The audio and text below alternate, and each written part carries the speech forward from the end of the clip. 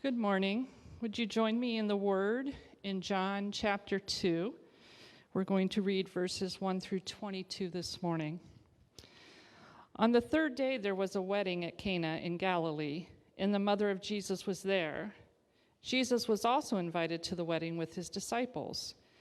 When the wine ran out, the mother of Jesus said to him, "They have no wine." And Jesus said to her, "Woman, what does this have to do with me? My hour has not yet come." His mother said to the servants, "Do whatever he tells you." Now there were 6 stone jars, water jars, there for the Jewish rites of purification, each holding 20 or 30 gallons. Jesus said to the servants, "Fill the jars with water." And they filled them up to the brim. And he said to them, "Now draw some out and take it to the master of the feast." So they took it. When the master of the feast tasted the water, now become wine, and did not know where it came from, though the servants who had drawn the water knew, the master of the feast called the bridegroom and said to him, "Everyone serves the good wine first, and when people have drunk freely, then the poor wine. But you have kept the good wine until now." This is the first of the signs Jesus did at Cana in Galilee and manifested his glory, and his disciples believed in him. After this, he went down to Capernaum with his mother and his brothers and his disciples, and they stayed there for a few days. The Passover of the Jews was at hand, and Jesus went up to Jerusalem. In the temple, he found those who were selling oxen and sheep and pigeons, and the money changers sitting there. And making a whip of cords, he drove them all out of the temple with the sheep and oxen. And he poured out the coins of the money changers and overturned their tables. And he told those who sold the pigeons, "Take these things away. Do not make my Father's house a house of trade." His disciples remembered that it was written, "Zeal for your house will consume me." So the Jews said to him, "What sign do you show us for doing these things?" Jesus answered them, "Destroy this temple, and in 3 days I will raise it up." The Jews then said, "It has taken 46 years to build this temple, and you will raise it up in 3 days?" But he was speaking about the temple of his body.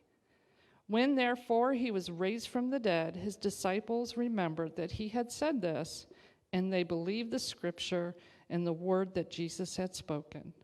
This is God's word for us today.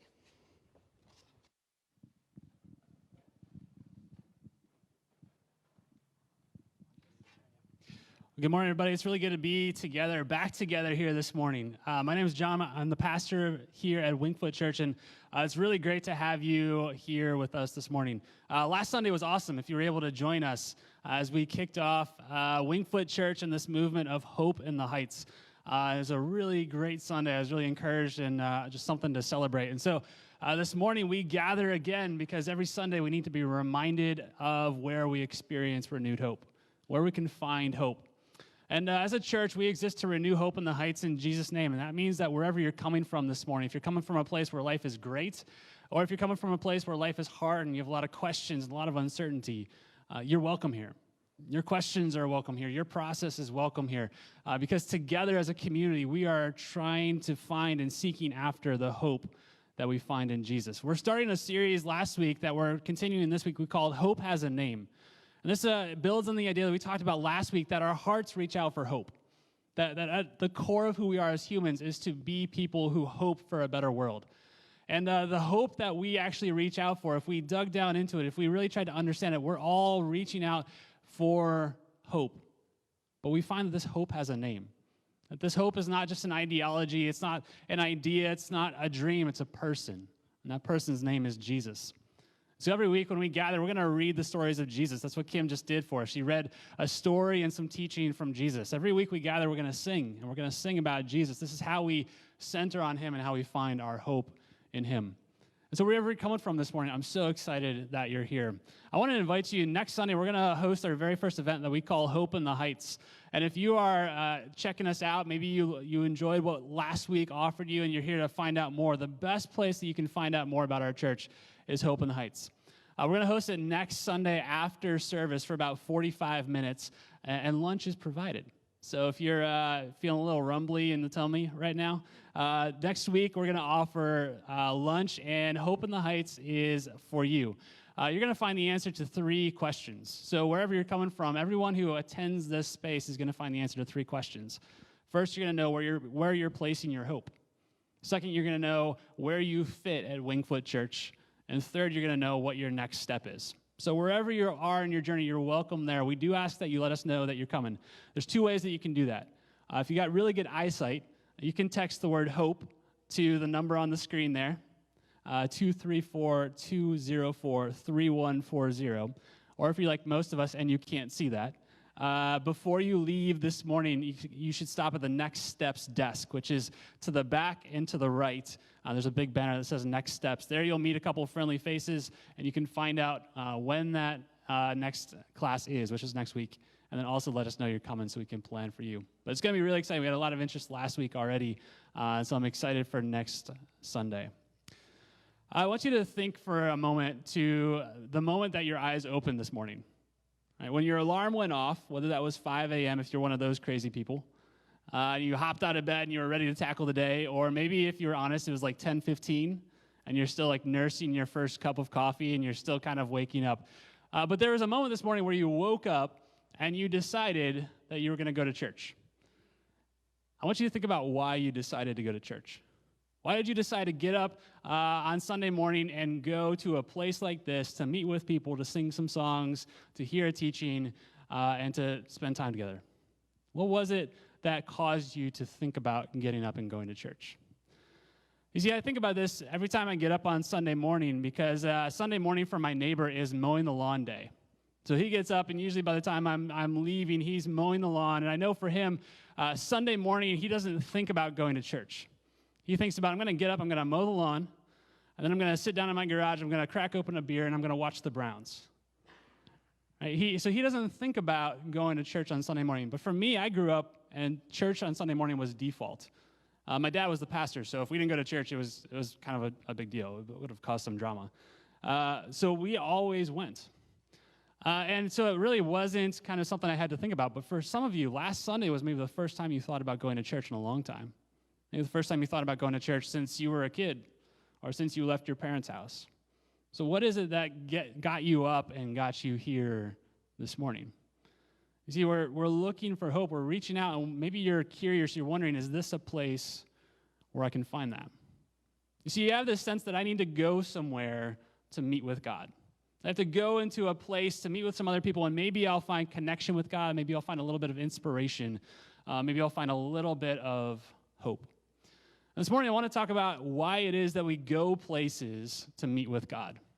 Why is it that we go into a building like this or go into a cathedral or go into a chapel and feel like that's a place where we can meet with God? You see, in our story that we read this morning, Jesus spends some time in the temple. And the temple was the center of life in that day. So I want to talk this morning about temples. Now, don't let the word temple freak you out. We're going to talk about what temples are. But I just have 3 points I want to talk through from the teaching of Jesus this morning.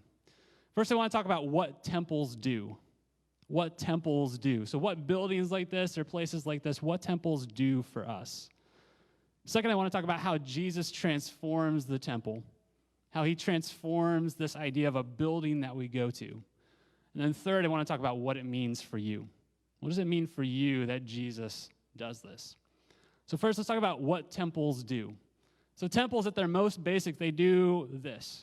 Temples offer us a place to meet with God, to find peace with God through performing for God. Right? This is what temples do. They offer us a place to meet with God, to find peace with God through performing for God. And Christians don't have a corner market on temples. In fact, every religious or spiritual system has an idea of a temple. Right? If you grew up Catholic, and maybe you went to Visitation of Mary, or maybe you went to St. Hilary's on the west side, you went into a space, and that building is designed to help you feel like you're meeting with God. And so the first thing you do, you walk in and you, if you're baptized, you dip your fingers in the water to remind you of your baptism. And you walk in and there's usually some ornate architecture and maybe some paintings of some saints to remind us that we're meeting into this holy place. At the front of that space is where the Mass is given. And the Mass is really how you find peace with God. And the way that happens is as you perform confession, as you confess the things that you did, and then a priest kind of communicates forgiveness over you, and then you receive those elements and you find peace with God. And you bring your performance in order to receive that peace. But you don't have to be Christian or belong to Christianity to have a temple. If you were Buddhist, there's a temple for you. In fact, there's a temple in Akron, down in kind of Summit Lake area. You can go to a temple there, and if you're a Buddhist, you go into that space to meet with the divine through performing some chants, some rituals, some meditation. And as a result of that performance, you leave feeling connected, feeling reconnected to the oneness of all things. If you are not religious, there's a temple for you. I found this out this week. If you are a not religious person, there are temples for non-religious people. They are usually pretty sparse, really like architecturally like modern and cold. And you go into those spaces, and the God that you're meeting with isn't a God up there. It's actually a God inside. Right? You're there to kind of meet with yourself, to discover yourself. And the way that you find peace with yourself is through performing contemplation, like thinking about your life, thinking about where you fit in the world. There's a temple for you. If nature is kind of where you feel like God is, there's a temple for you. It's called Goodyear Metro Park. Right? And maybe you have walked through those trails before, and maybe if you find like life is really uncertain, you walk those trails, you stand by the pond there, you walk the park course trail, and you feel like you have found peace through performing this kind of contemplative walk. Even in a building like this, right, going to church could be kind of this temple idea, that we're going to go into this building and meet with God, and white Jesus is there looking down on us, inviting us to meet with him. Right? We meet with God. And maybe you're hoping that as you're here, you find peace with God as you perform maybe some songs, maybe give some tithe. Maybe you dressed up a little bit more. Right? And that's kind of the idea of performance. But I grew up, we always had to dress up a little bit nicer for church. So I wore gym shorts every day of the week, but then Sunday was khakis. Right? And that's how I performed for God. And then I hope that through that time, I would find peace with God. You see, this is what temples do. We all have a temple. We all have something in our mind, in our world, that we go to find peace with God. And that happens as we perform for God. See, Jesus in this story, he's in a temple. And not just any temple, but the temple is the center of Jewish life in that day. And not on any day, he's there on Passover, which is like Easter for Catholics, right, where everybody shows up. Right, people you haven't seen in like a year, they are there. Passover was that day, so it's a busy day. And Jesus shows up in the middle of the temple, and he stages a protest. Right? Jesus does some crazy things in the middle of the temple, things that if any of you did this morning, it would make all of us uncomfortable. Right? He fashioned a whip. I hope none of you brought a whip this morning. Right? Jesus fashions a whip, and he starts turning over tables. He starts disrupting the system. And he does it, he says, for two reasons. He says, do not make my Father's house a house of trade. And then he says, destroy this temple, and in 3 days I will raise it up. Right? And people don't understand what he's saying there. They're confused. They're like, Jesus, why are you doing this? You should be all about the temple. I mean, aren't you all about God? But you see, what Jesus does here is he shows us why temples don't work. Why going into a place to meet with God, to find peace with God by performing for God, why that doesn't work. There's really two reasons why it doesn't work. All right, the first is this: if God is there, then God is not here. If God is there, then God is not here. What I mean by that is this: if you meet with God in a building, if that's where God is, and you go find peace with God by performing for God, let's say you do that on Sunday. If that's where God is, then the rest of your life is spent not with God. Right? So maybe you've had this experience where you go to church, or you go to some kind of spiritual event, and you have this really like profound spiritual high. And then you go to work on Monday, and it's just a drag. Right? And then like life gets hard and the bills pile up, or a crisis comes.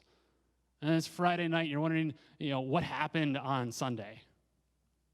Right? If God is there, then he's not in the middle of the mess of my life. And then when we come back to him, we feel like we have to hide the mess of our life. We have to perform a little bit. And so God isn't in the reality of our life. He isn't in the difficulty of our life because God is there in the temple. He's not here in my everyday life. That's the first problem with temples. The second problem is this: you'll never know when you've performed enough. You'll never know when you've performed enough. I mean, how good do you have to be in order to find a peace with God that lasts? And there's always more wrong that you've done. There's always more chants that you can chant. There's always more good deeds that you can do. There's always more charity that you can do. There's always someone who's doing better than you. So how do you know that you're going to find peace with God? It's all about performance.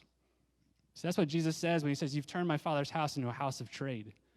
You've come into this space and now you're buying and selling in order to earn God's love, in order to earn the peace that God wants to give you. And the result is it becomes a really exclusive place where only those who have the best things or their life together find peace. And those of us who have kind of a life that's a mess leave feeling shamed, leave feeling unloved, leave feeling not at peace. See, this is what temples do, and this is the problem with temples, is you'll never find true peace. You'll never know for sure that God knows you and cares about you. Well, let's look at what Jesus does to transform the temple, though. My second point is this: how Jesus transforms the temple. See, as Jesus is staging this protest and overturning tables and calling people out for buying and selling the peace of God, for performing for God, he says this. He says, destroy this temple, and in 3 days I will raise it up. Now, Jesus is not bragging about his construction skills there. Right? He's not bragging about his ability to build buildings. You see, what they're saying, and they don't understand it, it took 46 years to build this building. Right? How are you supposed to just, in 3 days, rebuild it? I mean, imagine if we tore this building down. It would take a long time to rebuild it. That's what Jesus is saying. If you tear this building down, I will rebuild it in 3 days. And they don't understand him. Even his followers don't understand him at the time. But in verse 21, it says this: he was speaking about the temple of his body. He was speaking about the temple of his body. When he was raised from the dead, then his disciples remembered this. You see, when Jesus says this, it doesn't make sense at the time. It only makes sense when we understand what Jesus came to do, why Jesus showed up in our world. You see, he really does for us what temples try to do for us. You see, where temples are this place where we meet with God, now Jesus is where we meet with God. He brings God to us. And not just part of God, but all of God. He is God. And so if we want to meet with God, we don't have to go to a building now. We don't have to go into a sacred, holy space. Now if we want to meet with God, we meet with him in a person. We can know him as a person. He's not just stuck in a building on Sunday. Now he's someone that I can go to every day of the week. He's someone that sees the reality of my life and cares about me there. So when we want to meet with God, now we meet with God in Jesus. But here's the other thing. Jesus is how we find peace with God. Jesus is how we find peace with God. And the way that we find peace with God is not through us trying harder, not through us earning some peace, not through us giving to the poor, not through us trying to do what we can to make our life better. The way we find peace with God is through Jesus' performance for us. You see, Jesus performs for us so that we can find peace. He performs for us so that we can find peace. See, what Jesus ultimately came to do was to live a perfect life that you and I can't live. The kind of life that we realize we can't live, and so that's why we always try to be a little bit better. We always try to earn a little bit more good deeds. We're trying to compensate for the fact that our life isn't perfect, but Jesus lived a perfect life. But then when he gives his life for us, we sang about it in the songs this morning, that he goes to the cross. And when he does that, he offers his life for us. He performs the ultimate performance, the ultimate sacrifice, the ultimate act. And in doing so, he covers us. You see, there's a verse in Colossians 1 that captures this idea really well. Colossians 1, verses 19 through 20. It's written by Paul. Paul started a bunch of churches, just like we just started this church. In Colossians 1, he says this. He says, "For in him all the fullness of God was pleased to dwell." He's talking about Jesus there. That the fullness of who God is now in Jesus. So we want to meet with God, we meet with Jesus. But not only that, he does this. It says, through him to reconcile to himself all things, whether on earth or in heaven, making peace by the blood of his cross. Making peace by the blood of his cross. See, this is what Jesus does for us. This is how he makes peace for us. He reconciles us to God. See, reconciliation is when two people are not together, when there's angst, there's disagreement. Reconciliation is coming back together. Jesus is how we are reconciled to God. And so when we want to meet with God, we meet with Jesus. We want to find peace with God. It comes through his performance for us, through his life given to cover over all of our mistakes, all of our past, all of our sin. Jesus performs for us so that we can find true peace with God. So let's talk about what this means for you. What does it mean for you that Jesus is how we find peace, that Jesus is how we meet with God? See, what this means for you is this, that no amount of going to church will ever bring you peace with God. No amount of giving to the poor will bring you true peace with God. No amount of religious performance will bring you peace with God. No amount of looking good or acting good or looking good on social media or looking like you have your life together will bring you true peace with God. The only way to experience true peace with God is through trusting Jesus. Through trusting Jesus, trusting his performance for you. See, here's the thing. Christianity is fundamentally about trust. It's not about performance. It's not about you earning your place or becoming a better person. It's fundamentally about trust. And we see this in the story that we read at the beginning where Jesus is at a wedding. And what I love about this story is the first thing that Jesus does when he starts his ministry, he doesn't go to a religious service, he goes to a wedding. And not just any wedding, but like a rager of a wedding. Right? Like the wine ran out. That's how intense, how crazy this wedding is. That's where Jesus shows up, and that's where Jesus decides to start his ministry. He shows up at a wedding. And when the wine runs out, his mom comes to him because his mom knows that he's special. And not like your mom knows that you're special, but like Mary knows that Jesus is God. And she goes to Jesus and says, can you do anything about this? And at first he kind of stalls a little bit, but then Mary goes to the attendants at this party and says, do whatever he says. What she's saying is trust him. And so Jesus tells them to get these jars of water, these purification jars. This would have been a temple kind of thing. You see, when you came in, you were supposed to wash your hands. It was this picture of you had to perform, you had to cover yourself up, you had to clean all the dirt and grime from your life before you can meet with God. And Jesus says, take these jugs, fill them with water, and then he turns that into wine. And not just any wine, good wine. Wine such that the guy who's throwing this party is like, man, this is the best wine I've ever tasted. See, this is a picture of what life is like when you trust Jesus. When you trust Jesus, you no longer have to keep washing your hands.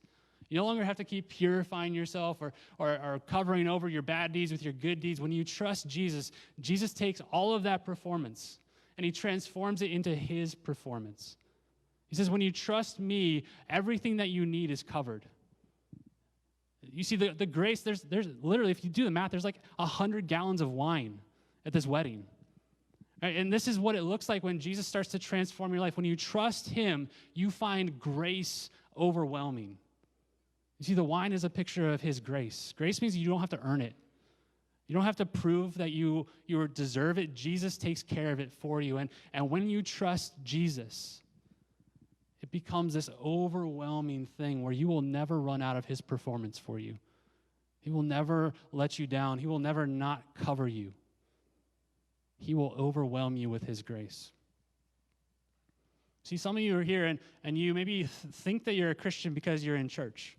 Or you think that you're a Christian because you grew up and went through confirmation, or you performed kind of altar boy duties as a kid, or because you believe a certain set of things. Here's the thing. Fundamentally, becoming a Christian is about trusting Jesus. It's about trusting who he is and what he did. And saying, I'll do whatever you tell me. So you may have heard it said before that being in church doesn't make you a Christian, just like standing in your garage doesn't make you a car. This is fundamentally what's true, is that becoming a Christian is a moment in your life, not where you're performing, not where you're doing religious kind of things, but where you're saying to Jesus, Jesus, I trust you. I trust that your life was good enough, that your death was good enough. I'll do whatever you say. See, this is where Christianity starts. Not in religious performance, not in showing up in church, not in dressing up. It starts with saying, Jesus, I trust you. And some of you maybe are realizing for the first time you've been performing as a Christian, but you haven't actually trusted Jesus. This morning, I would love nothing more than to help you understand what it means to trust him. It starts simply by saying, Jesus, I trust you. I'll do whatever you say. This is where following Jesus starts. Now, for those of us who follow Jesus, who there has been a moment in our life where we say, Jesus, I trust you, that's not the only moment in our life where we say, Jesus, I trust you. And following Jesus then becomes a life of saying, Jesus, I trust you. I'll do whatever you say. But for us as a church, as we get started, it's really important that we don't drift towards being a temple church. A church where we're in this building, and so we're here every Sunday expecting people to come to us, expecting people to come into this space and participate in our religious practice. You see, that's not what church is about. Church is about a movement of people who are trusting Jesus, going out into the neighborhood to invite people to trust Jesus. See, I think it's no accident that Jesus shows up at a wedding. That's where he starts, because this is where Jesus is. If we want to follow him, he's in the middle of the parties. He's in the middle of the wedding. He's in the middle of the football games and the things that happen at Reservoir Park. That's where Jesus' mission is. And so if we just sit here on Sunday morning and wonder why people aren't coming to us, we've missed the mission of Jesus. You see, when we were looking to buy this building, I actually came across a news article of the last service that was held here in 2017, the original church that built this building. And it was really interesting because people would talk about how they grew up here and yet they hadn't been in a long time. They kind of gotten busy. They kind of forgotten or added other things to their schedule. And if you read the story, what's really interesting is even in the communication from the leaders is they contemplated why the church closed. They said they would look out the windows on Sunday while they were in service and they would see people in the park. They'd see football games and baseball games going on. They'd say, why aren't people coming to church anymore? You see, the moment that we start asking that question is the moment that we might as well close up shop too.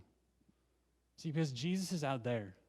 He is out in the parks. He's out in the weddings. He's out in the things that are happening in our neighborhood. And so if we're just here on Sunday morning wondering why people aren't coming, we're missing the heart and the mission of Jesus. Because when he shows up at the parties, when he shows up in the things that are going on in the everyday stuff of life, the result is transformation.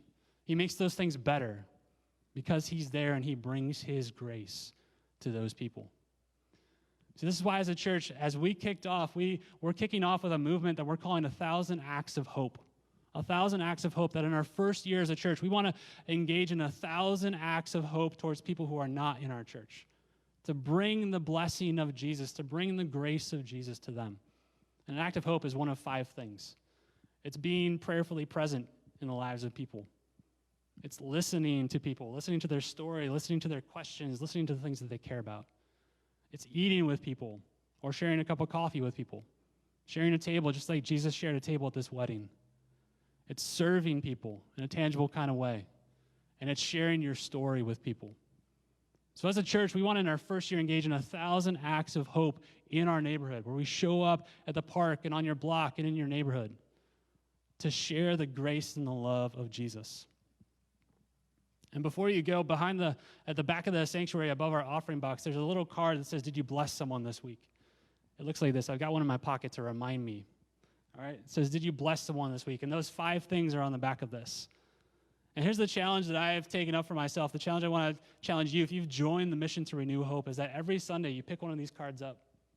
You put it in your pocket, you put it on your dashboard, you put it in your purse. And by next Sunday, it should be filled out. And then that Sunday, you bring it and put it in the offering box, and you pick up another card, and then that week, that's the challenge that week. To every week be taking the love and the grace of Jesus to people around us. You see, that's where Jesus is. He's in the wedding.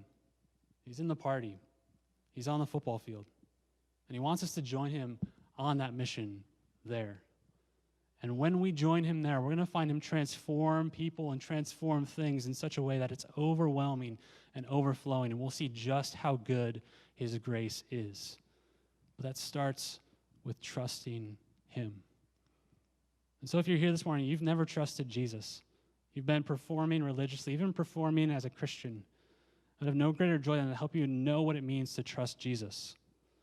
And for those of us who have trusted Jesus, let's join him on his mission, not in this building for an hour a week, but every day of the week in the lives of real people in the neighborhood.